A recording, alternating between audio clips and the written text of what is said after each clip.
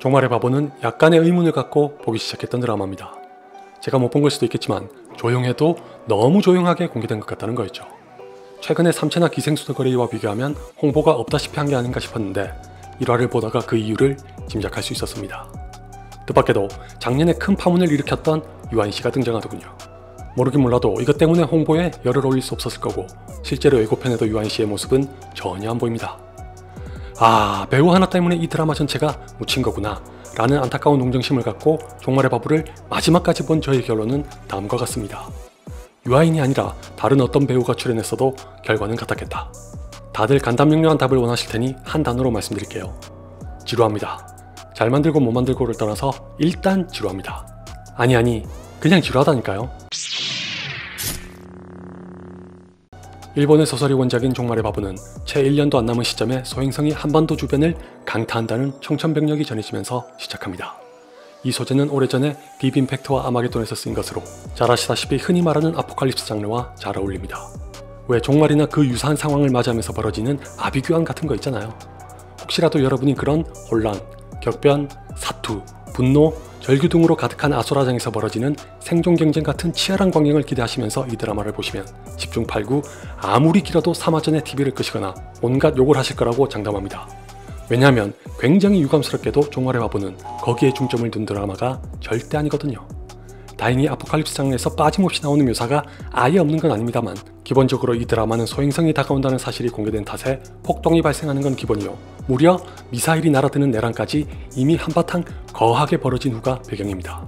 즉 모든 소동이 어느 정도 진정되고 해외로 도피할 사람은 대부분 도피한 상태에서 불가피한 죽음을 앞두고도 각자의 터전에서 여전히 삶을 살아가고 있는 사람들이 주인공입니다. 종말의 바보는 이런 사람들에게 서린 저마다의 이야기를 보여주면서 아주 가끔 그리고 매우 짧게 대원돈의 시기를 플래시백으로 보여주는 게 고작입니다. 여기까지만 들으시고도 벌써 노잼의 냄새를 맡았다고 생각하시는 분은 진정하세요. 진짜는 지금부터입니다. 여러분, 걱정 대신에 기도를 하십시다. 곧 다시 만나게 될 겁니다.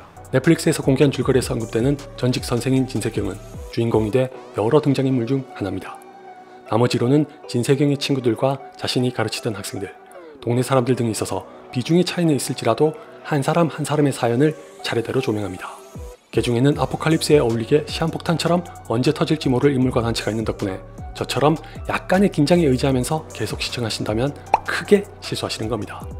화가 나건대 이 드라마에는 자극이니 스릴이니 하는 건 없다고 봐도 무방합니다. 분명히 그럴만한 소재가 섞여 있는데도 연출은 의도적으로 평양냉면처럼 슴슴하기만 합니다. 대표적으로 드디어 좀 볼만해진다는 기운이 전해졌던 7화에서는 꽤 큰 사건이 발생하지만 여전히 믿을 수 없을 정도로 차분하고 조용하게 넘어갑니다. 개인적으로는 그제서야 깨닫고 체념했었죠. 이 드라마는 끝날 때까지 이런 식일 거라고. 그렇지만 이제 와서 시청을 중단하기에는 너무 멀리 왔다고. 기어코 끝까지 봐야겠다고. 물론 종말의 바보에도 장점이 없는 건 아닙니다. 단순히 오기 때문에 다 본 것도 아니고 지극히 개인적으로는 욕을 너무 먹는 게 안타까워서 잠시 후에 말씀드리고 싶은 게 있으나 여러분에게 차마 추천은커녕 권유조차 못하는 데는 다 이유가 있지 않겠어요? 병원에? 10마리. 물은 괜찮아. 병원은 한 마리에 배고파 2장이야. 비싸네. 무엇보다도 이 드라마는 시종일관 안정적인 맥박을 유지하는 주제에 장장 12화까지 봐야 합니다.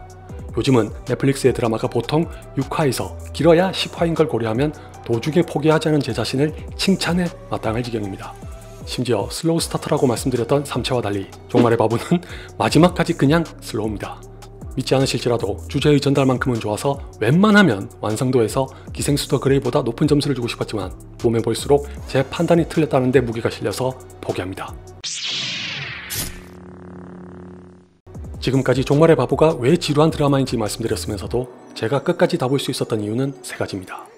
첫째, 저는 워킹데드로 인해 아포칼립스 장르에 질렸습니다.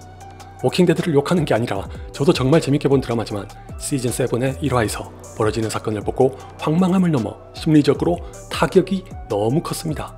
그전까지는 꾹 참으면서 봤으나 진짜 꿈도 희망도 없는 시궁창에 갇힌 인간들의 고륙상쟁을 보는 게 괴로워진 바람에 시청을 포기했었죠. 이 와중에 종말의 바보는 정반대의 노선에 선 사람들을 주로 다룬다는 게 신선하고 반가워서 한동안 편안하게 봤습니다. 무슨 시몬스 침대도 아니고 안 흔들려도 너무 안 흔들리는 편안함 때문에 시간이 갈수록 지루하긴 했지만요. 신도들은 백신부님이 돌아가셨다고 생각하잖아. 어쨌든 이 안 확인해봐야 될 거 아니야. 둘째, 워낙 어렸을 때부터 일본의 영화와 드라마에 익숙해졌고 또 좋아하기 때문에 종말의 바보를 보면서도 딱히 생경하다거나 실망스럽진 않았습니다. 특히 일본 영화 중에서도 장르로서의 드라마, 예컨대 고레에다 히로카즈 감독과 같은 연출을 우리나라의 감독들보다 훨씬 선호해서 평화로운 풍경과 그 속에서 오밀조밀 살아가는 선한 사람들을 지켜보는 게 좋았습니다.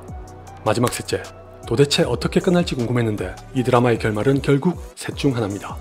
기어코 서행성이 충돌해 사람들이 죽거나 천운이 따라 서행성이 비켜가는 등으로 일부나마 살거나 둘 중 어떤 결과로의 끝맺음도 안 보여준 채로 끝나거나 아니나 다를까 종말의 바보는 이 셋 중 하나로 끝나고 전 지금의 결말이 참 마음에 듭니다.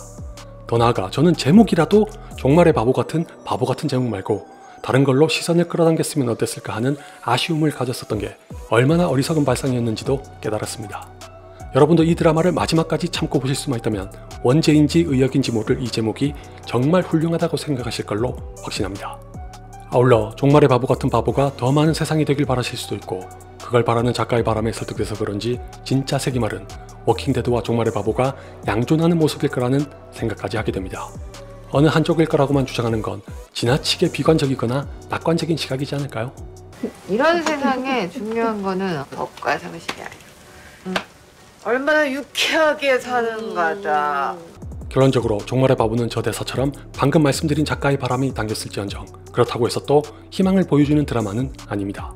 단지 평범한 사람들이 추구하는 삶의 지속, 다시 말해 그래도 삶은 계속된다는 걸 보여줄 뿐입니다. 비록 이런 의문을 갖게 될지라도 우린 살아나가야 한다는 걸 얘기하고 싶었던 거겠죠. 근데 이런 세상이 살아갈 의미가 있나? 인류가 멸종에 처할 절체절명의 순간에서까지 사리사욕에 빠져 법과 도덕과 윤리 따위는 망각하는 부류가 있는가 하면 또 다른 쪽에서는 사랑하는 사람을 잃고 새 생명을 잉태하고 식욕 때문에 자신도 모르게 삶에 대한 의욕을 가지고 누군가와 사랑에 빠지며 청소도 하고 달걀을 부화하고 지나간 시간을 후회하거나 다른 이와의 화해를 시도하는 데다가 철없는 반찬 투정도 부리면서 살아가고 있을 겁니다. 누군가는 황당무계에 가까울 정도로 순진에 빠진 헛소리라고 치부할 수도 있겠지만 흔히 하는 말로 아마도 그런 사람들이 더 많은 덕에 지금까지 세상이 유지되고 있는 거 아닐까요? 어쩌면 그래서 종말의 바보는 더 심심하고 지루한 드라마일지도 모릅니다. 굳이 가상의 드라마로 보지 않아도 우린 일상에서 몸소 겪으며 살아가고 있으니까요. 네, 맞습니다. 이 드라마는 다른 누구도 아닌 바로 여러분에 대한 이야기입니다.